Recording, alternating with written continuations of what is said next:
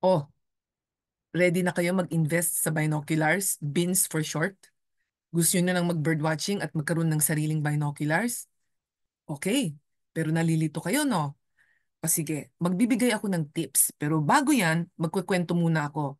Sa kaso ko, it took me a year bago ako nagdesisyon na bibili ako. Tapos niregaluhan ako ng sister ko. Sumama ako sa mga co-birders, nag-birding kami sa Cavite. Nag-overnight pa kami. Nung gabing yun, sabi sa akin, uy, patingin nga ng binoculars mo. Eh di syempre, akala ko, uy, bakit? Nagagandahan ba sa binoculars ko? Ang sumunod na sinabi, kasi parang lagi mong hindi nakikita yung bird eh. Ha, okay. So, nung tinignan nila yung binoculars ko, eto yon. Sabi ni Ruth, ano yan? Ba't ganyan ang binoculars mo? Bakit may ganto? Sabi ko, bakit? Wala ba yung sa inyo? Wala. Lahat sila walang ganito. Eh, pag sumisilip ako, medyo maliit yung bilog. Tapos pag ginanon mo, lalong nagzo-zoom. Pero medyo nakakahilo nga, saka medyo mabigat. Nung tinignan ko yung binoculars nila, ibang klase. Yung pala, may compact. Yung talagang hindi ganitong kabalki. Although ito, mas mura. Okay, pag tumingin kayo ngayon, ang presyo, mas mura ito, malinaw naman. Medyo bulky lang. Pero yung specs ko, medyo hindi siya yung recommended for birdwatching. So, ano ba dapat ang specs?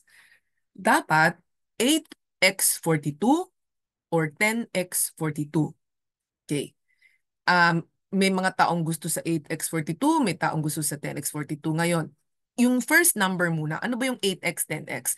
Magnification yon. Ibig sabihin, 8x is 8 times bigger, 10x is 10 times bigger. So, iniisip natin, hindi ba dapat mas maganda yung 10x kasi mas zoom siya? Oo, pero may kapalit. Pagka malaki yung magnification kung 10x ano, or let's say 12x, 10 times, 12 times, medyo hindi na siya masyadong stable. Kasi pag hinawakan mong ganito at sumilip ka, parang nanginginig. Sa ibang tao, hindi nangyayari. Pero sa akin, oo. Saka medyo nahihilo ako. Kaya parang hindi bagay sa akin yung 10x. Tapos, yung pag mataas ang magnification, yung field of view, ibig sabihin yung bilog na nakikita mo talaga, mas hindi siya ganun ka-wide. Ibig sabihin kasi minsan lumilipad yung ibon or nakatago siya sa makapal na na mga dahon. Siyempre, parang gusto mong i-scan. Eh pag maliit yung field of view, medyo mahirap hanapin kasi mamaya sa gilid pala. Yung sakop niya hindi ganun ka-wide eh. The higher the magnification, okay, mas maliit yung field of view. Kaya para sa akin, mas gusto ko ang 8x, okay, or the 8 times magnification.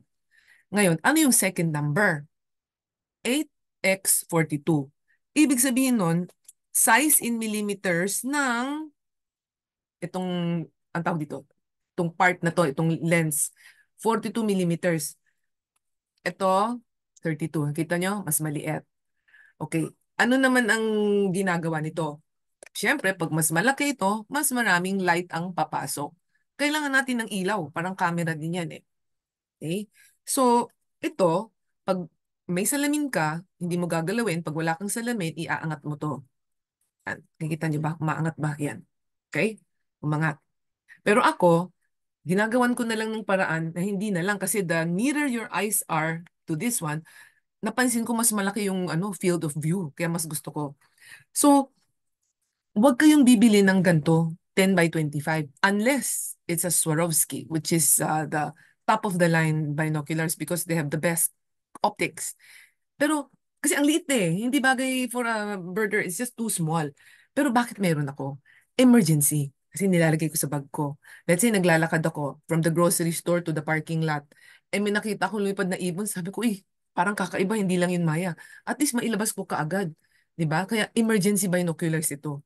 Pero, ang talagang ginagamit ko is ito, 8 by 42.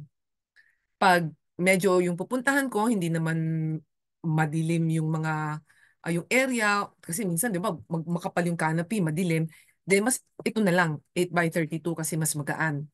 Pero pag titingin ako ng waterbirds, okay, kasi malayo sobra ang waterbirds eh, hindi ako nahihilo, gagamitin ko ito, 10 by 42, para mas zoom kasi malayo eh pag yung mga waterbirds. Yan. Ngayon, ang next question. Anong brand ang bibilin ko? Magkano? panuurin yung susunod na video.